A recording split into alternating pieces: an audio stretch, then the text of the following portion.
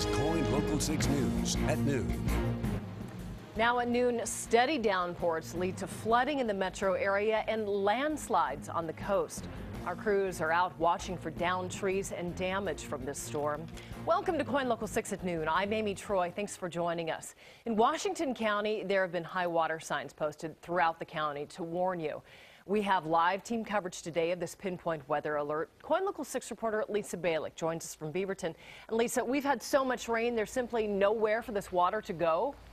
No, just day after day of it, and it just has not been letting up. I mean, we've got playgrounds covered, pathways covered everywhere. The ground is just saturated, and the water just can't get down into the soil anymore.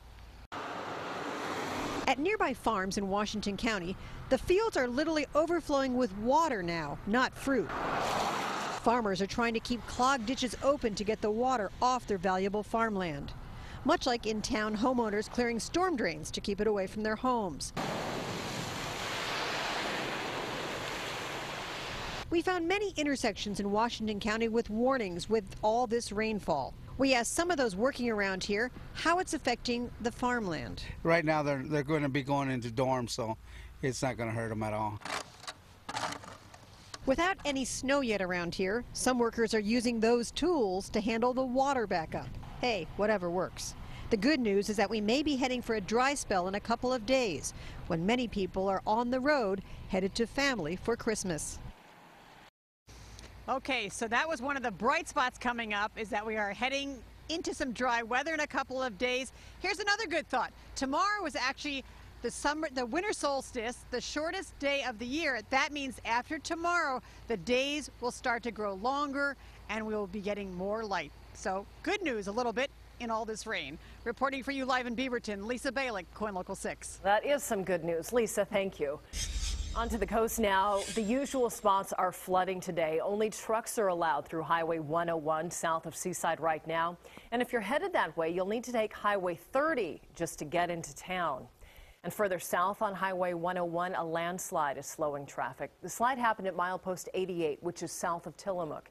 Traffic is getting through, but it is slow going. If you're traveling in that area today, you should be watching for slides and debris on the road, falling trees and limbs, plus the standing water, of course. Heavy rain is also pounding the metro area as well. Here's a live look outside our KOIN Tower cameras. You can see the water on the lens. We're still mild, right about 40 degrees.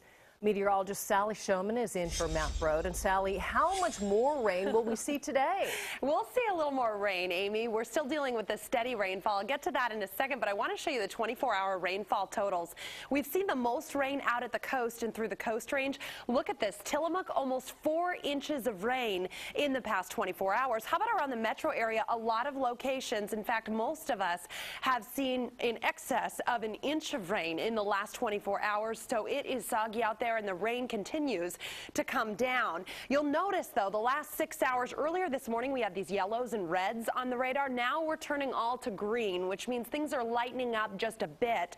By later on this afternoon, we're going to switch to scattered showers mode. You can see through the gorge, it's just rain over 84 right now. That has switched over from the snow that we saw yesterday, but you don't need to get very high up in elevation to switch to the snow. Snow level about 2,000 feet, but it's come down lower with the heavier downpours this morning. You can see we've switched to scattered showers out along the coast, which is good news because we've got this flood advisory in effect for the central southern Willamette Valley and also out at the coast. Our concern are the rising rivers, mudslide potential, and also coastal flooding. There's also a flood warning in effect for the Nehalem River near Foss. Keeping a close eye on that. And again, as you mentioned, this was a more recent picture of flooding south of Seaside on 101.